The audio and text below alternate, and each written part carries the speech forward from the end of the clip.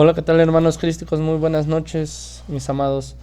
Hoy venimos con un nuevo tema que le pondremos por título La ceguera espiritual. Vamos a empezar con este tema, espero que sea de gran ayuda para ustedes. Y vámonos citando la primera cita, que es Juan 12:40. Para los que quieran seguirnos la lectura, o si no, pues pausen el video y asimismo vamos a poder ir pues describiendo un poco lo que es la ceguera espiritual que declara el Señor Jesús. ¿Ok? Vamos, dice Juan 12:40.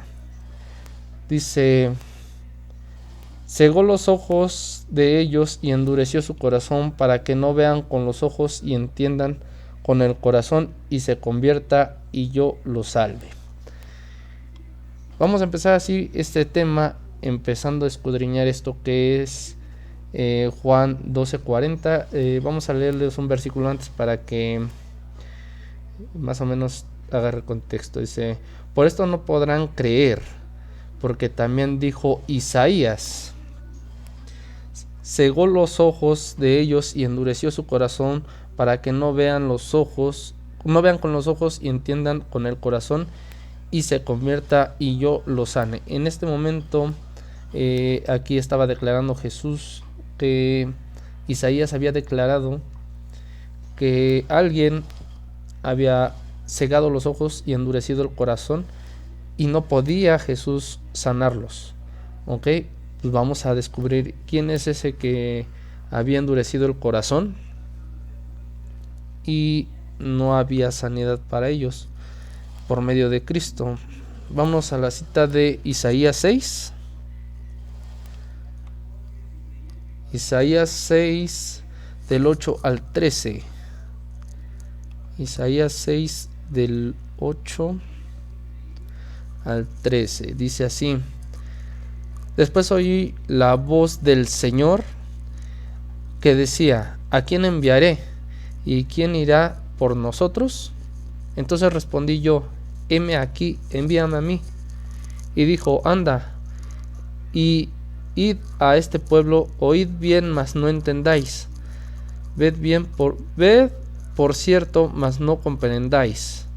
El 10 dice: engruesa el corazón de este pueblo y agrava sus oídos y ciega sus ojos, para que no vean con sus ojos, ni oigan con sus oídos, ni su corazón entienda, ni se conviertan y haya para él sanidad. El 11 dice: yo dije: ¿hasta cuándo, Señor? Y él respondió: hasta que las ciudades estén asoladas y sin morador, y no haya hombre en las casas, y la tierra esté hecha un desierto. El 12 dice: hasta que Jehová haya echado lejos a los hombres y multiplicado los lugares abandonados en medio de la tierra, y si quedare en ella la décima parte, esta volverá a ser destruida, pero como roble y la encina, que al ser cortados aún queda el tronco, así será el tronco la simiente santa. Entonces esta cita de Isaías declara que Jehová había mandado endurecer el corazón de los israelitas, y pues mandarles ceguera y no entendieran, para que no hubiera sanidad. ¿Y por medio de quién había sanidad? Pues por medio de Cristo. Bueno, y entonces concluimos que Jehová era el que cegaba el entendimiento. Para continuar, vámonos al libro de Mateo 13:13 al 23.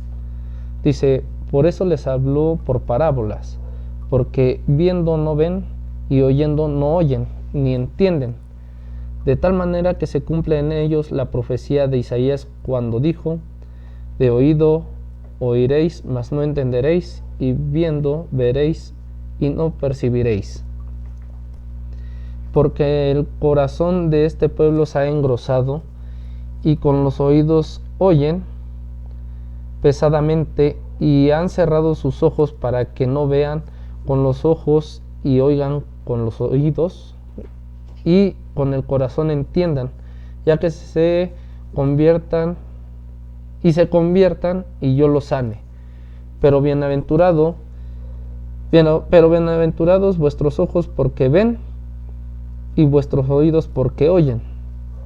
Porque de cierto os digo, que muchos profetas y justos desearon ver lo que veis y no lo vieron, y oír lo que oís y no lo oyeron. Oíd pues la parábola del sembrador. Cuando alguno oye la palabra del reino y no la entiende, viene el malo y lo arrebata lo que fue sembrado en el corazón. Este es el que fue sembrado junto al camino, y el que fue sembrado en pedregales, este fue el que oyere la palabra, y al momento la recibe con gozo. Dice el 21, pero no tiene raíz, y si no que es cortada, si no es de corta duración, pues al venir de la aflicción y la persecución por causa de la palabra, luego tropieza. El 22 dice, el que fue sembrado entre espinos, este es el que oyere la palabra, pero el afán de este siglo y el engaño de las riquezas ahogan la palabra y se hace infructuosa. Y el 23 dice, mas el que fue sembrado en buena tierra, este es el que oye y entiende la palabra y da fruto y produce 100, a 70 y a 30 por uno. Entonces aquí nos quiere decir que este Dios del Antiguo Testamento, cuando cegó el entendimiento, no podían resplandecer la palabra de Cristo, porque Él había ordenado que pues cerraran los ojos y no escucharan la palabra ni hicieran un producto de esa palabra en sus corazones. Y Él decía que Él los iba a sanar, mas ellos no escuchaban. ¿Ok? Y aquel que lo escuche dice que va a producir fruto. Y el fruto pues, es lo que dicta el corazón, los buenos principios que Jesús vino a dictaminar en cada uno como buena esperanza de aquel que lo escucha. ¿Ok? Vámonos a la cita de Jeremías 17. Jeremías 17.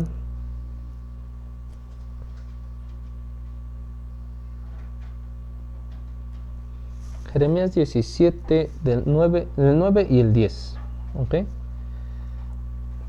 ¿Por qué les hago esta cita? Porque Jesús declara que en el amor que es de Dios, el amor es Dios y Dios es amor. Y pues donde entra Cristo, dice que dejemos que entre a nuestro corazón. Mas este Dios, miren cómo es pues un falso, porque Él es el mismo que dictamina y no te deja ver, dice según esta enseñanza, ¿no? En Jeremías 17, 9 y 10 dice así: engañoso es el corazón más que todas las cosas, y perverso. ¿Quién lo conocerá? El 10 dice: yo Jehová, que escudriño la mente, que pruebo el corazón, para dar a cada uno según su camino, según el fruto de sus obras.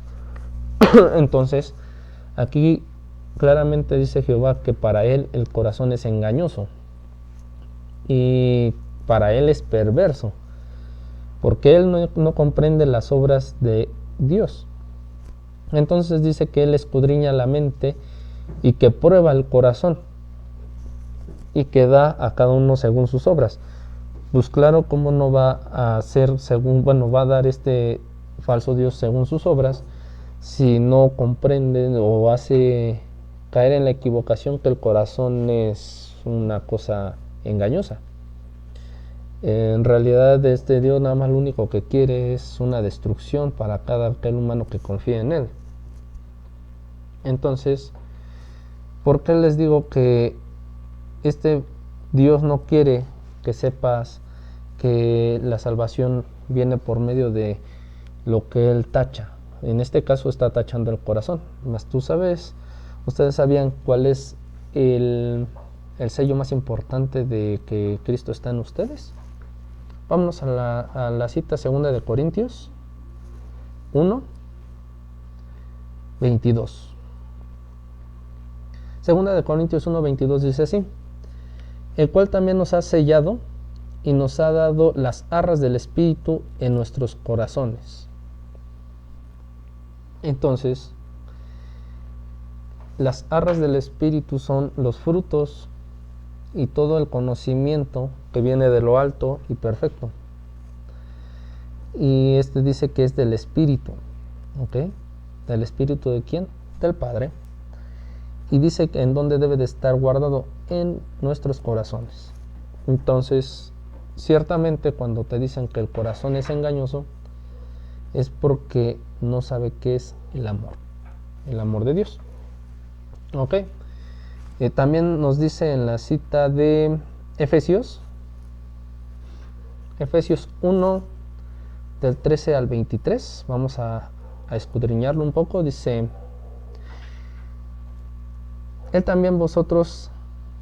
en él también vosotros habemos oído la palabra de verdad, el evangelio de vuestra salvación, y habiendo creído en él, fuiste sellados con el Espíritu Santo de la promesa, que es las arras de nuestra herencia hasta la redención de la posesión adquirida para alabanza de su gloria. Dice el 15: por esta causa también yo, habiendo oído de vuestra fe en el Señor Jesús y de vuestro amor para con todos los santos, no ceso de dar gracias por vosotros, haciendo memoria de vosotros en mis oraciones.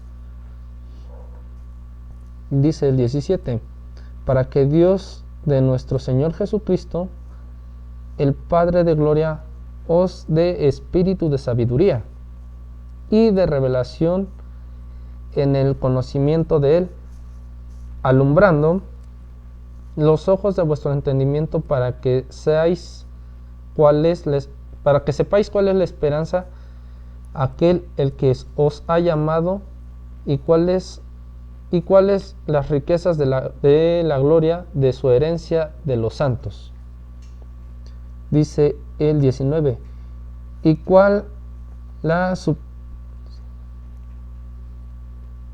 la cual la supereminente grandeza de su poder para con nosotros los que creemos, según la operación del poder de su fuerza, la cual operó en Cristo, resucitándole de los muertos y sentándose a la diestra en los lugares celestiales.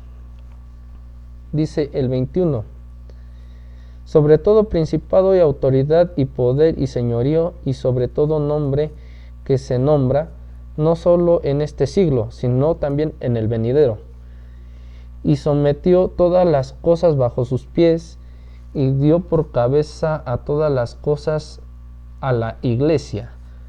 Pero el 23 es el apoyo que dice esta consecuencia. Dice el 23: la cual es su cuerpo, la plenitud de aquel que todo llena en todo. Entonces aquí dice al último que Jesús era la autoridad sobre toda autoridad, y que iba a poner, que sometió todas esas cosas a sus pies, y dio por cabeza a todas las cosas a la iglesia de su cuerpo, la cual es su cuerpo, la plenitud en aquel que todo lo llena en todo. Entonces estamos hablando de una iglesia que está formada en cada uno de los que saben esta verdad. Esa es la iglesia y sello de Cristo. También dice por acá que A ver, permítanme, dice que Él dio la palabra de la verdad en el Evangelio de nuestra salvación y fue sellados con el espíritu de la promesa. ¿Cuál es la promesa? La vida eterna. Eso es el sello, parte del sello también de lo que vendría siendo pues la sabiduría espiritual en la cual tendría que ser depositada la fe. ¿Ok?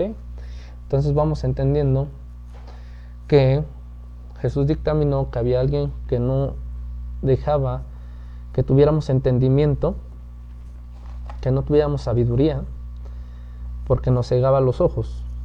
Y lo declaraba Isaías. Isaías declaró que era Jehová, el que había mandado a dar ceguera y endurecimiento de corazón. Y ahora nos declara el por qué quería endurecer también el corazón, porque ahí iban a ser sellados los futuros que se iban a salvar. ¿Ok? Vámonos a la cita de Juan.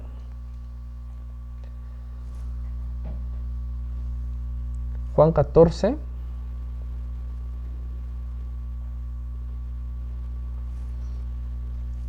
Juan 14 del 7 al 17 dice más o menos así. Si me conocéis también a mi Padre conoceréis. Desde ahora le conocéis y le habéis visto. Entonces comprendemos que Jesús estaba hablando en esta situación que si tú quieres conocer al Padre que lo envió, lo tendrías que conocer a Él, porque Él y el Padre uno son. Igual aquí dice, en Juan dice que si lo conoces a Él, también conoces al Padre. Y en este pasaje, Felipe pues se confundió un poco y a él no comprendió la parábola que le estaba diciendo Jesús, y por eso fue lo que preguntó. Dice, Felipe le dijo, Señor, muéstranos al Padre y nos basta. En el 9 dice, Jesús dijo, hace tiempo que estoy con vosotros y no me has conocido, Felipe. El que me ha visto a mí, ha visto al Padre. ¿Cómo pues tú dices, muéstranos al Padre? ¿No crees que yo soy en el Padre y el Padre es en mí? Las palabras que yo os hablo, no las hablo por mi propia cuenta, sino que el Padre que mora en mí, Él hace las obras. Dice el 11, creedme que yo soy el Padre y el Padre en mí. De otra manera, creedme por las obras. De cierto os digo, que el que en mí cree, las obras que yo hago, las hará también, y aún mayores, porque yo voy al Padre. Y todo lo que pediréis al Padre en mi nombre, yo lo haré, para que el Padre sea glorificado en el Hijo. Si algo pediréis en mi nombre, yo lo haré. Si me amáis, guardad mis mandamientos. Y yo rogaré al Padre y os dará otro consolador para que esté con vosotros para siempre. El Espíritu de la verdad, la cual del mundo no puede recibir porque no lo ve, ni le conoce, pero vosotros le conocéis porque mora con vosotros y estará en vosotros. ¿Ok? ¿Por qué le cito esto? Dice, a lo mejor no tiene nada que ver con el tema. Sí tiene que ver con el tema. ¿Por qué? Porque dice que ellos no conocían al Padre de Jesús. Y Él decía que lo mostrara. Y Él decía que Él y el Padre era uno solo. ¿Ok? Más adelante dice, de cierto os digo, que el que cree en mí y las obras que yo hago, Él las hará también, y aún mayores, porque yo voy al Padre. Y el 11 dice, y todo lo que pediréis al Padre en mi nombre, lo haré, para que el Padre sea glorificado en el Hijo. Entonces esto quiere decir que por medio de Cristo, si tú le pides directamente al Padre, al Dios sin nombre, al verdadero Dios, por medio, en su nombre de Jesús, dice que Él lo hará para glorificar al Padre. Aquí hay un punto en el 15, que hay muchos que tergiversan las cosas, sabiendo que ya habíamos dicho que Jehová es el que ciega el entendimiento. Dice, si me amarais, guardarías mis mandamientos. Aquí no hay otro mandamiento que haya dado Cristo más que amaos unos con otros. Él no dictaminó ningún otro mandamiento como si fuera a ejercerse por medio de la ley del Antiguo Testamento. Por eso Él dice guardar mis mandamientos. ¿Ok?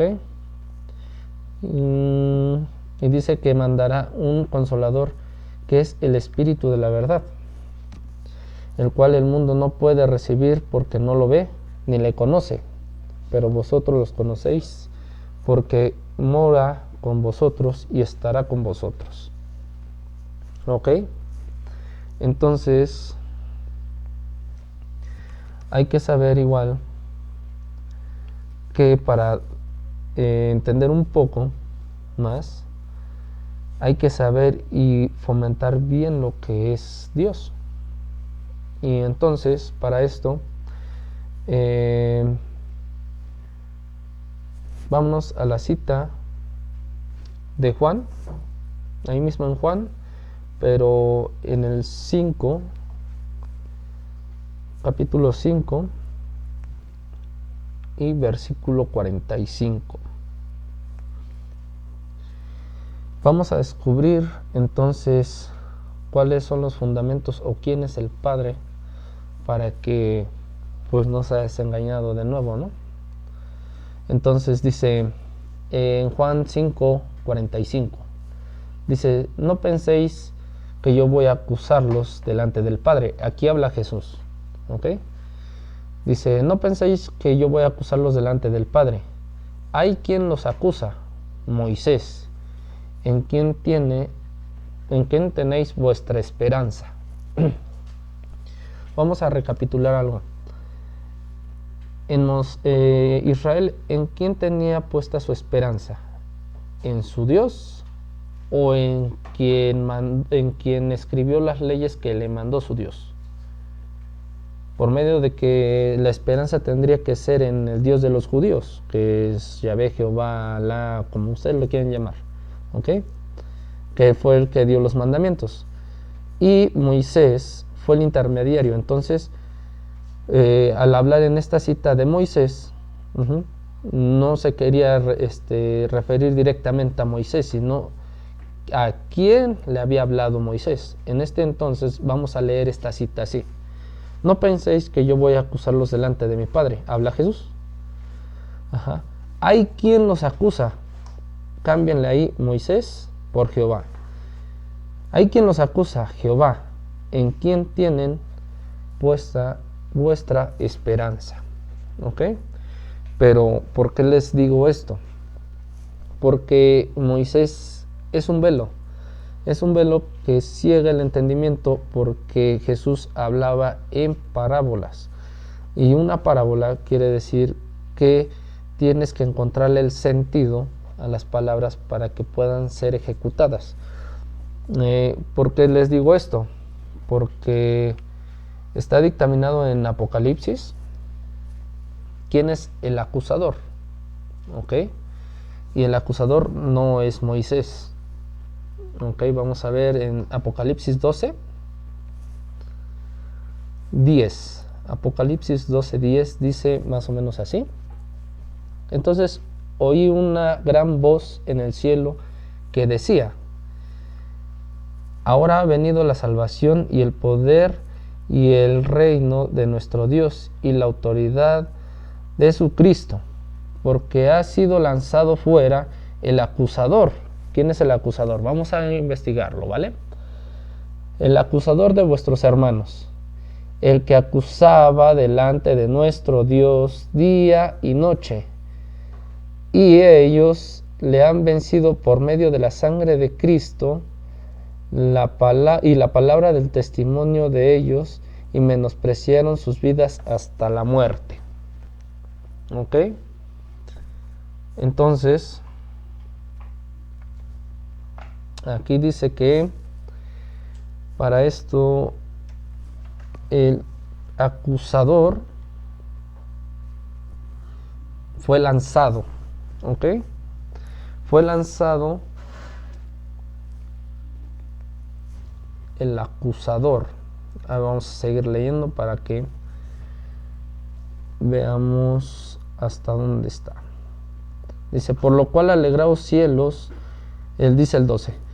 Estamos en Apocalipsis 12:12. Por lo cual alegraos cielos y los que moráis en ellos. Ay de los moradores de la tierra y del mar. Porque el diablo ha descendido a vosotros con gran ira, sabiendo que tiene poco tiempo. Y cuando vio el dragón que había sido arrojado a la tierra, persiguió a la mujer que había dado a luz al hijo varón. Entonces, el que fue arrojado, que es el acusador, entonces dice que aquí fue el diablo. ¿Ok? Entonces, ¿por qué les dije esto? Porque dicen unos, ¿a poco Moisés fue el diablo? No, no es que haya sido Moisés el diablo, sino que fue el que por medio de él se interpretó a los humanos o a los israelitas. ¿Ok? Vámonos a Segunda de Reyes. Segunda de Reyes.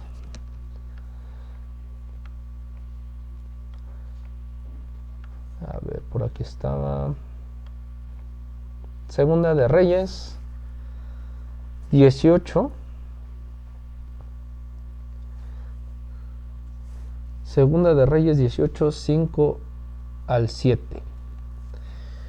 Entonces la cita anterior, perdón, vamos a regresarnos un poquito, que dice que no penséis que el Jesús iba a acusarlos delante del Padre, porque ya tienen un acusador, que era Moisés, en cual tienen puesta vuestra esperanza.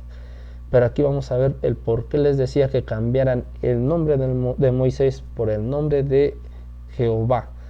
Y dice más o menos así, porque en Moisés no tenían puesta esperanza los israelitas. Y aquí dice en Segunda de Reyes 18:5, dice, en Jehová Dios de Israel puso su esperanza. Entonces, en Jehová Dios de Israel puso su esperanza. Ni después ni antes de él hubo otro como entre todos los reyes de Judá, porque siguió a Jehová y no se apartó de él, sino que guardó los mandamientos que Jehová prescribió a Moisés. Entonces no era Moisés en donde tenían puesta la esperanza, sino en Jehová. ¿Ok?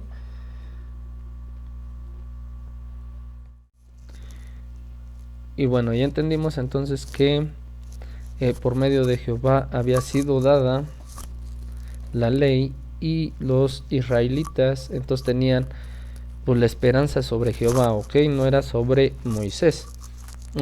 Vámonos a la cita de Proverbios. Proverbios 14. Vámonos. Proverbios 14 del 26 y 27. Dice así más o menos: el temor de Jehová es la confianza y la esperanza. El temor de Jehová está en la confianza, y la esperanza tendrán sus hijos. El temor de Jehová es manantial de vida para apartarse de los lazos de la muerte. Vamos a volver a leer la primera parte, que es el 26. Dice: el temor de Jehová está la confianza, y la esperanza tendrá sus hijos.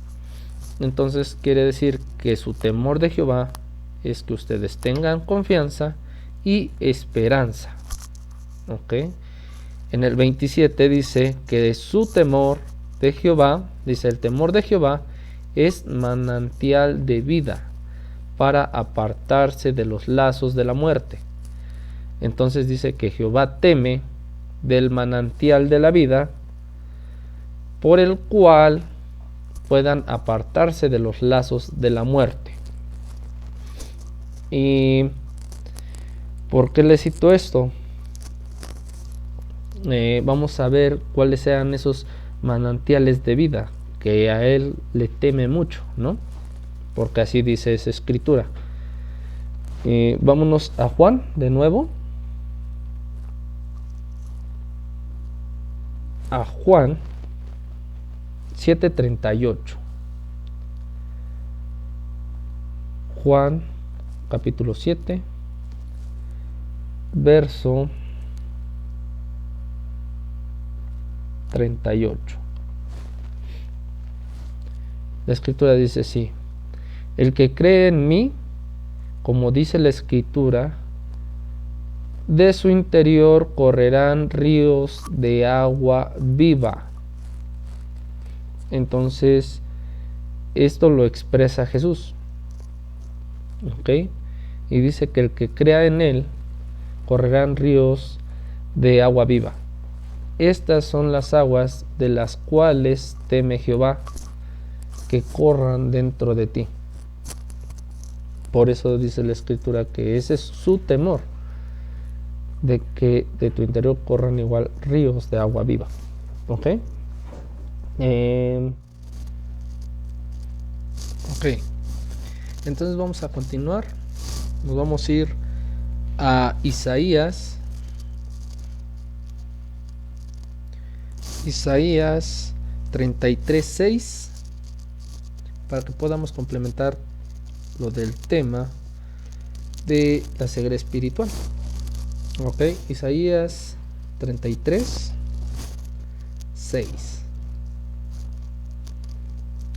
Dice así: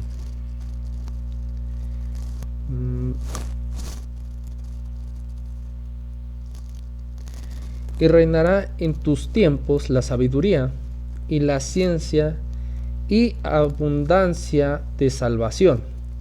El temor de Jehová será su tesoro. Entonces estábamos diciendo que pues en estos tiempos y en los tiempos que vendrían, habría sabiduría y la ciencia y la abundancia de salvación. ¿Ok? El cual es el temor de Jehová, y ese será el tesoro. Tener su temor incitar el temor de este falso Dios, para que no se malinterprete. Lo que es la sabiduría y la abundancia de la salvación es su temor de este Dios, para que tú no puedas llegar a obtener sabiduría. ¿Ok? Vámonos igual a Salmos. Vamos a citar algo de Salmos. A ver, aquí está. Vámonos a Salmos 101, capítulo 101.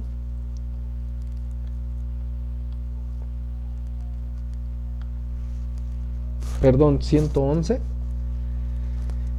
Salmo 111, 10. Dice más o menos así: el principio de la sabiduría es el temor de Jehová. Buen entendimiento tienen todos los que practican sus mandamientos de su Lord. Su Lord permanece para siempre. Entonces aquí está hablando que su temor es que ustedes tengan sabiduría. Y dice después: buen entendimiento tienen todos los que practican sus mandamientos. Y su Lord permanece para siempre. Lo que era un lord era un príncipe en los tiempos antiguos. Entonces, aquí no está diciendo que es, ahora sí que sus mandamientos de Jehová, sino dice su lord, o sea, del príncipe. ¿Ok?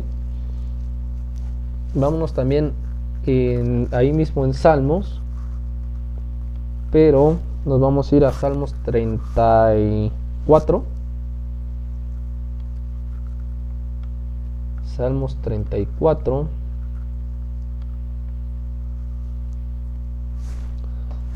Del 11 al 14. Dice así: Venid, hijos, oídme, el temor de Jehová os enseñaré. Esto es lo que dice el 11. Va a enseñar cuál es el temor de Jehová. Dice el 12: ¿Quién es el hombre que desea vida, que desea muchos días para ver el bien? Es una pregunta. Ahí dice. ¿Por qué empieza con esta pregunta? Vamos a ver qué dice en el 13. Guarda tu lengua del mal y tus labios de hablar engaño. El 14 dice: apártate del mal y haz el bien, busca la paz y consíguela. Entonces, quiere decir que lo que le teme este Dios es que tú no hables maldiciones. En teoría, maldición, lo que se llama una maldición hacia tu prójimo, porque luego las malas palabras se malinterpretan como maldición, y una maldición directa es desearle lógicamente el mal al que está delante de ti, ¿no? Y dice también que es hablar el engaño. Entonces estamos descubriendo también un engaño, que realmente si Jehová fuera el Padre de Jesús, entonces estamos declarando que en realidad Jehová no es el Padre de Jesús, y eso es pues un engaño que se ha malinterpretado y han estado publicando en todas las iglesias, sea cual sea, y pues ese es un engaño que se ha proclamado. Por eso de ese engaño debes de guardar tu lengua, porque ese es un engaño del cual no debes hablar. Y dice el 14: apártate del mal y haz el bien, y busca la paz y consíguela. ¿Okay? Eso es su temor de Jehová. Vámonos al libro también de Mateo. Mateo 12. Mateo 12:42. A ver, vamos a ver qué nos dice en Mateo 12:42 acerca de la sabiduría. 12:42 dice así: la reina del sur, dice así en Mateo 12:42: la reina del sur se levantará en el juicio con esta generación y la condenará, porque ella vino de los fines de la tierra para oír la sabiduría de Salomón, y he aquí más que Salomón en este lugar. En este lo estaba declarando Jesús. Entonces había dicho que él contenía más sabiduría que el rey Salomón. Si ustedes han leído el pasaje de cuando Salomón pidió sabiduría, Jehová le dio toda la sabiduría que él podía obtener de ese Dios, y él dijo que no se iba a levantar ningún sabio ni antes ni después de Salomón que tuviera mayor sabiduría que él. Y Jesús estaba declarando aquí en esta cita que tenía más sabiduría que Salomón. Entonces él, o así que Jehová dijo una mentira, ¿okay? Porque lastimosamente, aunque no lo quieran aceptar, Jesús aquí declara que pues él obtuvo una sabiduría más elevada que Salomón, o que lo que pudo conseguir Salomón. ¿Ok? Vamos a saber el por qué Jesús tuvo una sabiduría más alta que Salomón. Para esto vamos a 1 de Corintios 3. 1 de Corintios 3, 14, del 14 al 18. 1 de Corintios 3, capítulo 3, versículos del 14 al 18, dice más o menos así: si permaneciera la obra de alguno que sobreedificó, recibirá recompensa. Si la obra de alguno se quemare, él sufrirá pérdida. Si bien él mismo será salvo, aunque así como por el fuego. Dice el 16: ¿No sabéis que sois templo de Dios y que el Espíritu de Dios mora en vosotros? Dice el 17: si alguno destruyere el templo de Dios, Dios le destruirá a él, porque él es templo de Dios, el cual sois vosotros, y es santo. ¿Ok? Entonces estamos diciendo que aquí igual encontramos un engaño para poder ir distinguiendo el error o la mentira de lo que es verdad. Y aquí dice que un templo es parte de... Ahora sí que el templo de Dios es tu cuerpo y es donde Él habita, ¿ok? A ver... Ahí mismo en 1 de Corintios 3 nos vamos a ir al versículo 19, del 19 al 20. Dice así: pues está escrito, destruiré la sabiduría de los sabios y desecharé el entendimiento de los entendidos. Entonces aquí está declarando que Dios iba a destruir la sabiduría terrenal, porque todavía estaba en la sabiduría de los sabios y de los entendidos, ¿ok? Y el 20 dice así: ¿dónde está el sabio? ¿Dónde está el escriba? ¿En dónde está el disipador de este siglo?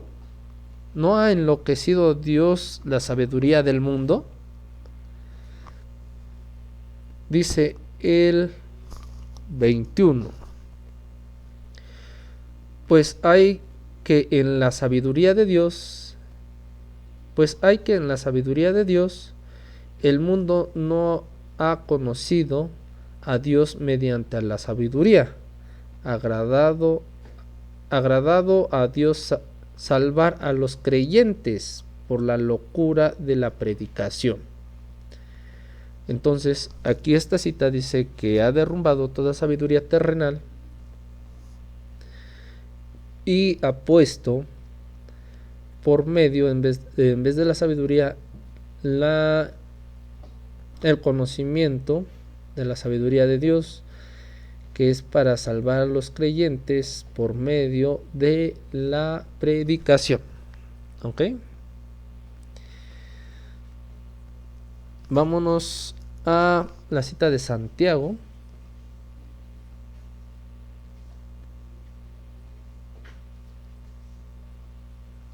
Santiago 3.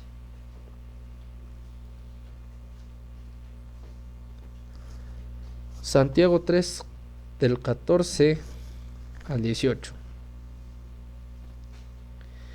Y vamos a empezar a distinguir qué es la sabiduría de la tierra y qué es la sabiduría de lo alto, para que pues podamos discernir el por qué decía Jesús también de que él tenía más sabiduría que Salomón. ¿Ok? Dice así Santiago 3 del 14 al 18. Dice: pero si tenéis celos amargos y contención en vuestro corazón, no os jactéis ni mintáis contra la verdad. Dice el 15: porque esta sabiduría no es la que desciende de lo alto, sino terrenal, animal y diabólica. También dice el 16: porque donde hay celos y contención, ahí hay perturbación y toda obra perversa. El 17 dice: pero la sabiduría que es de lo alto primeramente es pura, después pacífica, amable, benigna, llena de misericordia, de buenos frutos, sin incertidumbre ni hipocresía. Y el 18 dice: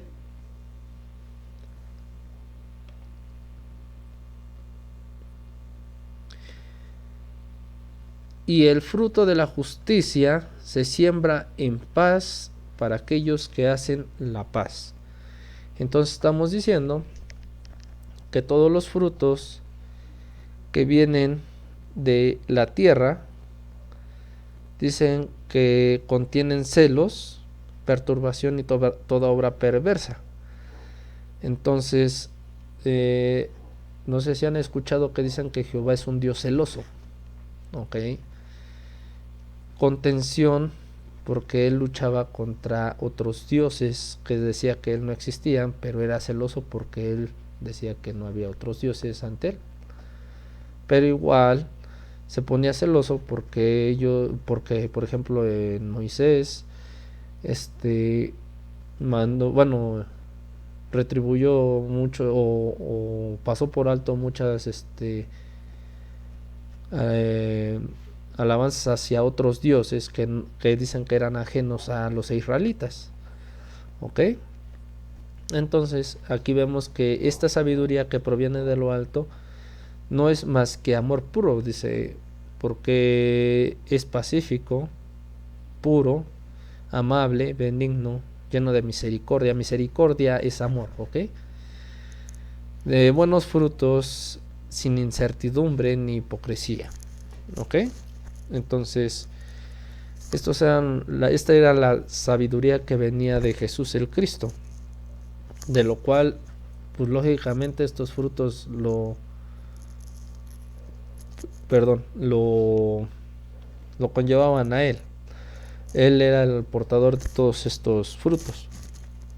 Ok, vámonos a la cita primera de Juan 2. Primera de Juan 2, capítulo 2,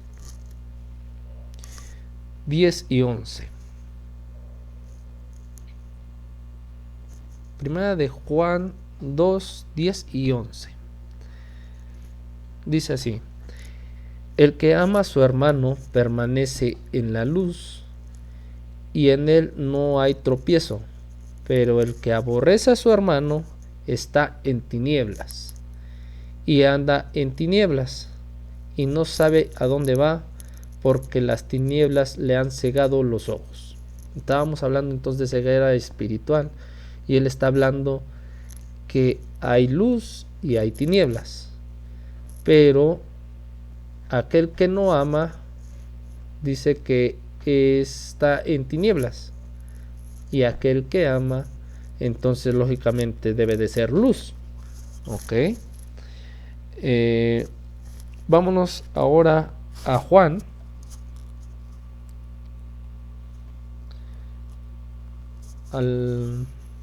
Vámonos a Juan 1. Juan capítulo 1, versículo 7 y 8. Vamos a descubrir quién es la luz, ¿no? ¿Y qué es la luz? Dice Juan 1, 7 al 8. Dice: este vino por testimonio, para que se diese testimonio de la luz, a fin de que todos creyesen por él. No era él la luz, sino para que diese testimonio de la luz. Aquí en este versículo están refiriendo a Jesús, que Él vino para dar testimonio, y ese testimonio era la luz. Ajá. Y dice, a fin que todos creyesen en Él. ¿En quién? En Jesús. Okay. Dice que Él no era la luz, sino para que diese testimonio de la luz. Hay que entender otra cosa. No porque él no haya sido la luz. En otro versículo que vamos a citar más adelante,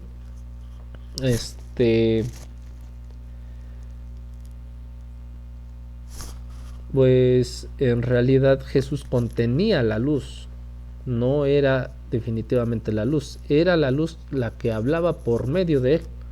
Él solamente era el instrumento por el cual vino la luz al mundo. ¿Ok?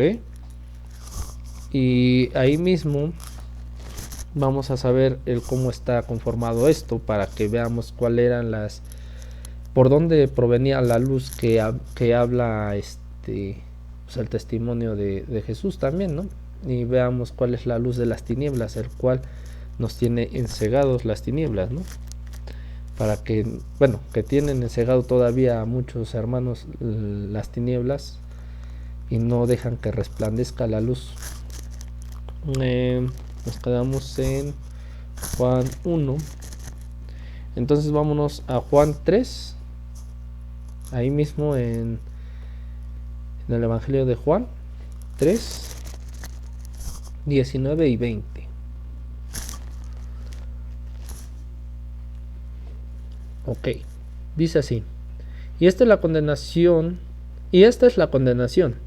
que la luz vino al mundo, y los hombres amaron más las tinieblas que la luz, porque sus obras eran malas. Pero todo aquel que hace lo malo aborrece la luz y no viene a la luz, para que sus obras sean reprendidas. Aquí está declarando que la condenación del mundo es que vino la luz, pero no recibieron los hombres la luz. Pero no es que la luz haya condenado al hombre, sino que los hombres se condenaron al aceptar las tinieblas, porque las tinieblas son los que les daban la condenación. ¿Ok?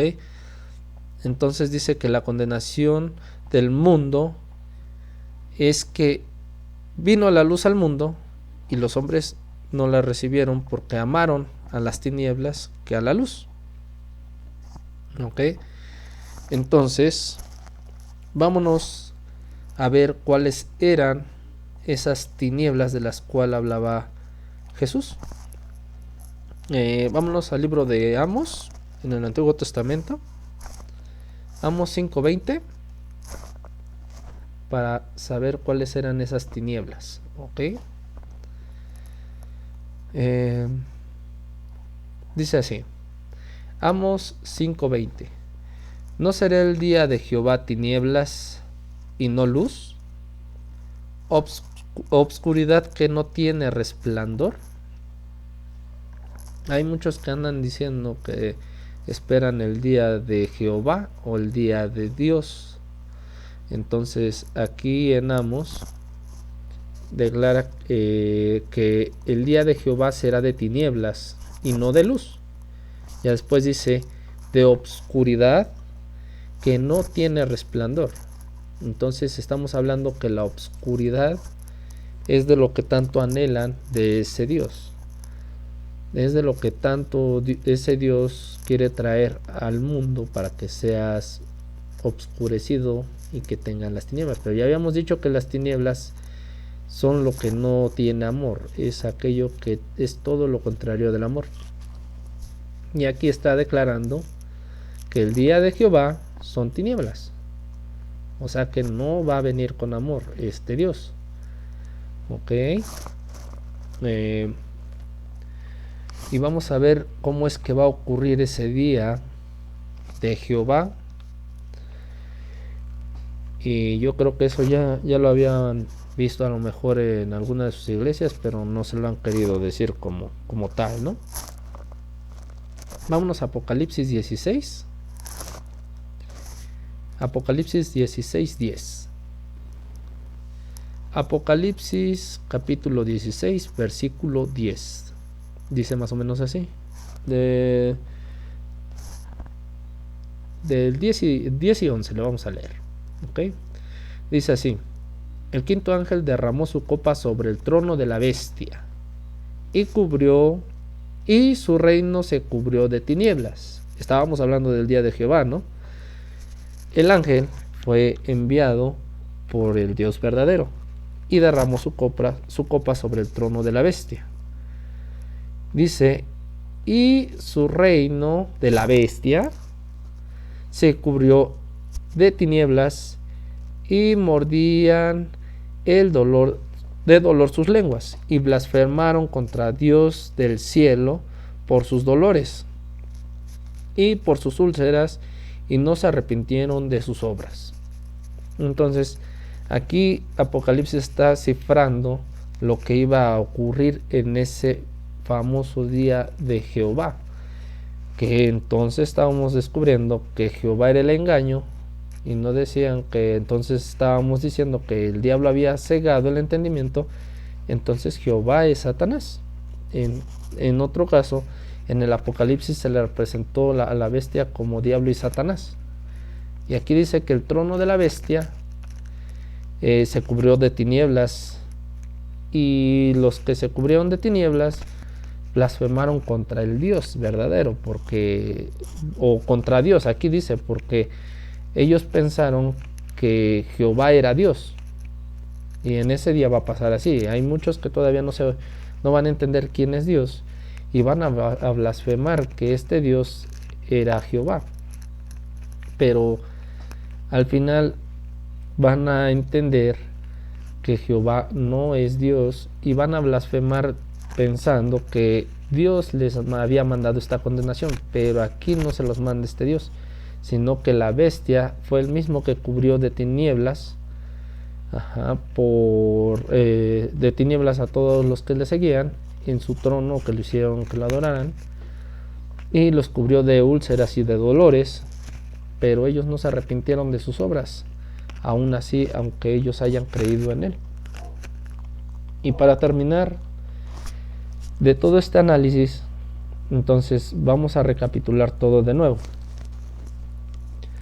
Jesús declara que para que haya sanidad espiritual, o quitar la ceguera espiritual, hubo alguien que mandó ceguera, y que con sus ojos no vieran, que con sus oídos no escucharan, y que endurecieran el corazón.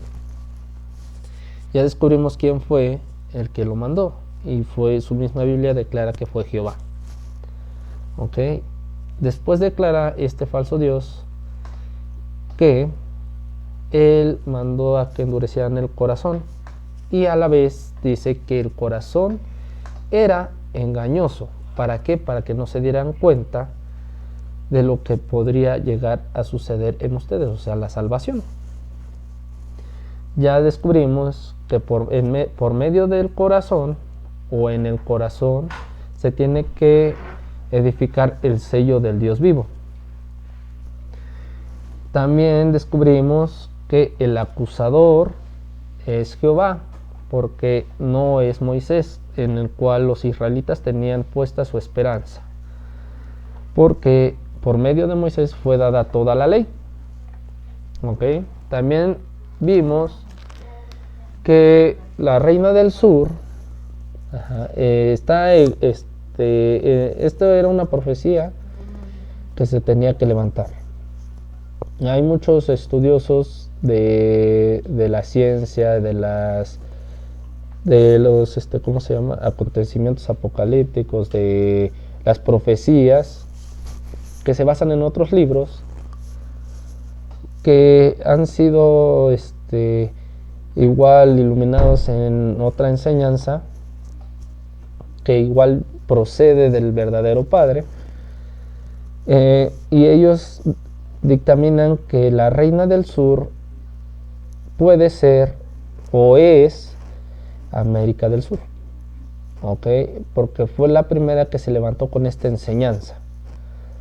Entonces hay muchos muchos hermanos ya en América del Sur que se están levantando con esta enseñanza, y hay demasiadísimos canales, por ejemplo, como El Niño Nuevo, como Visión Celestial, y hay igual Nuevo Despertar, hay en Perú, eh, igual es el Ministerio de Jesús el Cristo, está El Sembrador, y hay infinidad de canales, igual hay en Estados Unidos como es Resurrección 369 y muchos más, que se están levantando con esta enseñanza, pero los primeros que fundaron esta enseñanza o que descubrieron toda la mentira o parte de la mentira para empezar esta enseñanza, se originó parte y totalmente en América del Sur.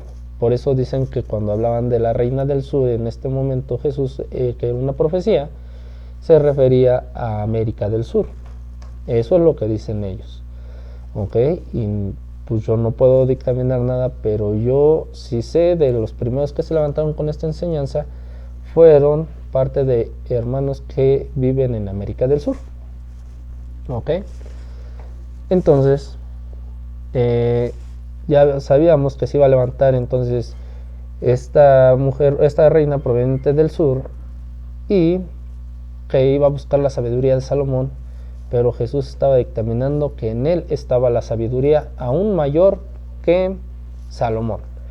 Ya supimos cuál es la sabiduría que se le fue dada a Salomón, que fue la terrenal, por la cual él pues hacía contenciones. Por ejemplo, les voy a dar el ejemplo de cuando se le llevó el bebé de las dos mujeres que estaban peleando que eran su hijo, y al final Salomón decidió que iba a partir al niño, y en la contención por lucha del niño, la mujer que era la verdadera madre prefería primero mejor que le dieran al niño a la otra mujer que ver muerto a su hijo. Entonces esa sabiduría es terrenal, ¿ok? La sabiduría del cielo es el amor, ya habíamos dicho igual. También supimos cuáles eran las tinieblas. Entonces sabemos que las tinieblas igual iban a condenar al mundo, porque cuando la luz vino al mundo, los hombres no recibieron la luz y amaron más las tinieblas. ¿Ok? También supimos cuál va a ser el día de la bestia o el día de Jehová, el cual no viene con buenas intenciones.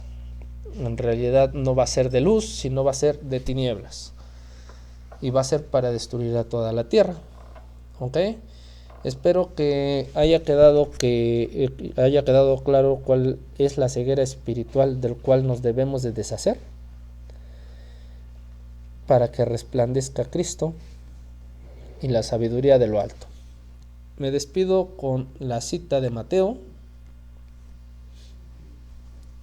5, 44 y 45. Porque hablábamos de los mandamientos que Jesús había mandado, y asimismo se los voy a leer ahora.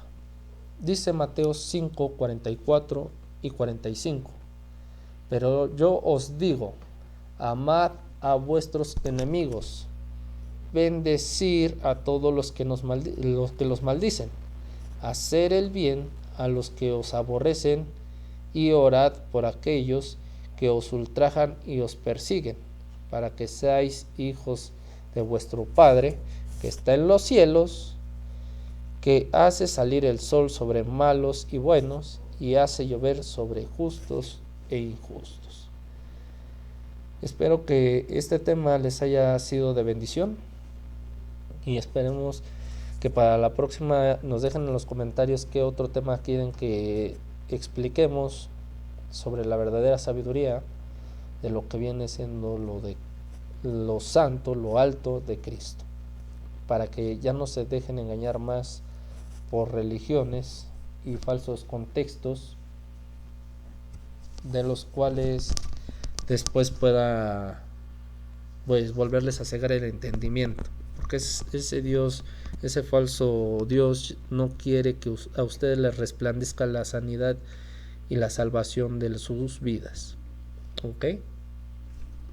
También hay que recordar que solamente la vida eterna proviene del Cristo, de Jesús el Cristo, porque Él dijo: yo soy el camino, la verdad y la vida. ¿Ok? Por medio de Él solamente, porque Jehová no da vida eterna. Jehová impide que tengas vida eterna, y fue el árbol que prohibió comer a Adán y Eva, por el cual el árbol era el Cristo. ¿Ok? Amados hermanos, con esto me despido. Muchas gracias por ver este video y espero que me puedan ayudar a compartirlo.